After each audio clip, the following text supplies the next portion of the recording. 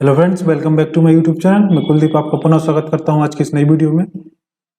आज की इस वीडियो में हम देखेंगे मध्य प्रदेश में जो नया रजिस्टर जारी हुआ है और क्यों विवादों में है और किस श्रेणी के लिए कितने पद आए हैं, इस बारे में हम डिटेल से बात करेंगे। और इस सिनेरियो में विवाद खड़ा हुआ है उसमें हमारे जो आयुक्त हैं अभय वर्मा जी, इनका क्या कहना है, इसके बारे में भी हम इसमें डिटेल में बात करने वाले हैं। वीडियो में अंत तक बने रहिए।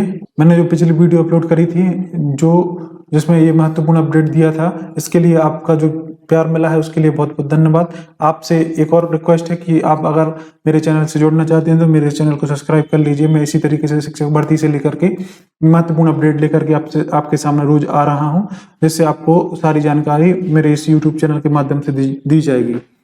तो आप मेरे इस कुलदीप जैन ऑफिशियल चैनल को सब्सक्राइब कर सकते हैं और बेल आइकन को प्रेस करके, जिससे आपके पास सारे नोटिफिकेशन मिल जाएं। आइए जानते हैं इसमें हम देखेंगे कि किस श्रेणी के लिए कितने पद मिले हैं, उसके बाद क्यों जो प्राथमिक जो शिक्षक से लेकर के वर्ग 3 से लेकर के जो रोस्टर जारी हुआ है वो क्यों विवादों में आया है, और इस पर जो ग्वालियर हाई कोर्ट की बेंच है उसमें उसका क्या फैसला है, इस बारे में हम डिटेल से बात करने वाले हैं। तो वीडियो में अंत तक बनी रही, सारी जानकारी मैं आपके सामने ये जो कटिंग लेकर के आया हूँ उसके माध्यम से उपलब्ध कराने वाला हूँ। माध्यमिक शिक्षक के लिए जो रोस्टर जारी हुआ है उसमें विभिन्न श्रेणी के लिए कितने पद आए हैं, तो इसमें 7,429 पद ये स्कूल शिक्षा विभाग में कुल पद हैं। वहीं जनजाति विभाग में 11,098 पद कुल पदों का सृजन ये किया गया है। और इस तरीके से दोनों विभागों को लेकर के 18,527 पदों पर ये प्राथमिक शिक्षक वर्ग 3 के लिए ये भर्ती निकाली गई है। अनारक्षित वर्गों की बात करें तो स्कूल शिक्षा विभाग में 2016 पद और जनजाति विभाग में 972 पद पर भर्ती की जानी है। इस तरीके से 2988 टोटल पद अनारक्षित यूआर के लिए ये निकाले गए हैं, जिस पर ये भर्ती की जा रही है। सबसे ज्यादा पद एसटी में आए हैं, जो टोटल दोनों विभागों को मिलाकर के 10,082 पदों पर यह भर्ती की जाएगी, जिसमें से स्कूल शिक्षा विभाग में 1989 पदों पर भर्ती निकाली गई है। वहीं जनजाति विभाग में 8,093 पदों पर यह भर्ती की जानी है, जिसको लेकर के ये विवाद सामने आ रहा है। एससी के लिए अगर बात करें तो एससी के लिए जो पद हैं, टोटल पदों की संख्या 1956 निकाली गई है। वहीं स्कूल शिक्षा विभाग में 1261 पद एससी के लिए निकाले गए हैं। जनजाति विभाग में 695 पद इसके लिए निकाले गए हैं। तो टोटल 1956 पद एससी कैटेगरी के लिए हैं।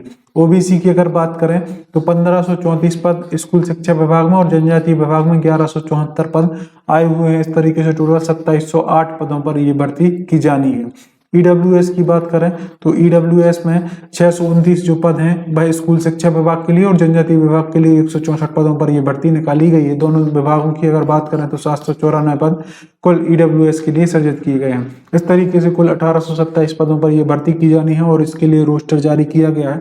इसके लिए जो रोस्टर जारी किया गया है, इसमें लोगों का कहना है कि इस रोस्टर को पुनः रिवाइज किया जाए और उसमें बदलाव किए जाएं।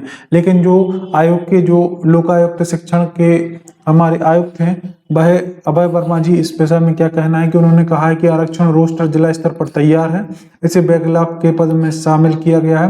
रोस्टर में कहीं कोई खामी नहीं है। इनका कहना है कि रोस्टर बिल्कुल सही है, इसमें कोई खामी नहीं है और जो भर्ती है वह नियमानुसार की जा रही है। भर्ती में कोई छेड़छाड़ नहीं की गई है। रोस्टर जारी होने के बाद यह रोस्टर विवादों में एक और वजह से आया है, क्योंकि रोस्टर में जब प्राथमिक शिक्षक वर्ग 3 की जब ये रूल बुक आई थी तो उसमें जो आयु सीमा दर्शाई गई थी वह 18 वर्ष थी, और जब ये रोस्टर जारी हुआ है तो उसमें न्यूनतम आयु सीमा 21 वर्ष है, जिससे कुछ छात्र अपात्र घोषित हो गए थे क्योंकि उनकी आयु 21 वर्ष अभी पूर्ण नहीं हो पाई है।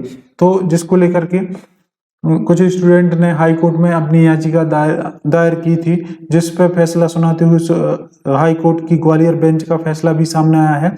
उसमें जो हाई कोर्ट ने एक बड़ा फैसला बताया है, जिसमें वेदांत बड़तेरे की याचिका पर सुनवाई करते हुए कोर्ट ने व्यापम को निर्देश दिए हैं कि याचिकाकर्ता पात्र हों, यदि याचिकाकर्ता पात्र हों तो उससे काउंसलिंग में भाग लेने की अनुमति दी जाए। हालांकि कोर्ट ने यह भी स्पष्ट किया है याचिकाकर्ता का परिणाम याचिका निराकृत होने तक सीलबंद लिफाफे में रखा जाए। एडवोकेट के श्रीवास्तव ने बताया कि व्यापम ने वर्ष 2020 में प्राथमिक पात्रता परीक्षा वर्ग 3 में जो आयोजित कराई थी उसमें न्यूनतम आयु सीमा 18 वर्ष थी। पहले आयु सीमा 18 वर्ष उन्होंने मांगी थी न्यूनतम, लेकिन याचिकाकर्ता वेदांत भट्टाचार्य ने भी परीक्षा में भाग लिया था और सफलता अर्जित की।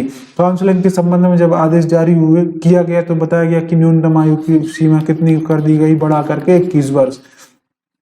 न्यूनतम आयु सीमा में परिवर्तन को चुनौती देते हुए हाईकोर्ट में याचिका दायर की। तर्क दिया कि उत्तीर्ण होने के बाद भी याचिकाकर्ता काउंसलिंग में भाग नहीं ले पा रहे हैं क्योंकि व्यापक ने न्यूनतम आयु सीमा को बढ़ाकर 18 वर्ष से 21 वर्ष कर दिया गया है। तो इस मामले में हाईकोर्ट का भी फैसला आ गया है। साथ ही साथ वर्ग 1 में जो दस्तावेज सत्यापन के लिए लिस्ट जारी हुई है उसमें कुछ अभ्यर्थियों का चयन हुआ है। नाम रिपीट होने से अभ्यर्थी निराश जरूर हैं, लेकिन उसका फायदा वर्ग 3 वाले स्टूडेंट को मिलने वाला है। जो वर्ग 1 के स्टूडेंट हैं वही स्टूडेंट वर्ग 3 में भाग ले रहे होंगे और इसमें उनका सिलेक्शन भी हुआ होगा। तो अगर वह वर्ग 1 में ज्वाइनिंग ले लेते हैं तो वह जो सीट वर्ग 3 में उनके लिए आरक्षित होने वाली थी वह खाली रह जाएगी, जिसका फायदा वर्ग 3 वालों को मिलने वाला है और कट ऑफ भी कम जाने की संभावना इसमें दिख रही है। तो ये सारी जानकारी थी जो मैं आपके सामने लेकर के आया हूँ। अगर वीडियो पसंद आई हो, तो जानकारी लाभकारी लगी हो तो आप मेरे इस वीडियो को लाइक और शेयर जरूर कीजिएगा। इसी तरीके की इन्फॉर्मेटिव वीडियो पाने के लिए मेरे चैनल को आप सब्सक्राइब भी कर सकते हैं। सब्सक्राइब करके बेल आइकन प्रेस कर लीजिएगा जिसमें आगामी वीडियो का नोटिफिकेशन आपके पास पहुंच जाए। आई होप ये सारी जानकारी आपको अच्छी लगी होगी। जल्दी मिलते हैं आपसे नेक्स्ट वीडियो में। Thank you.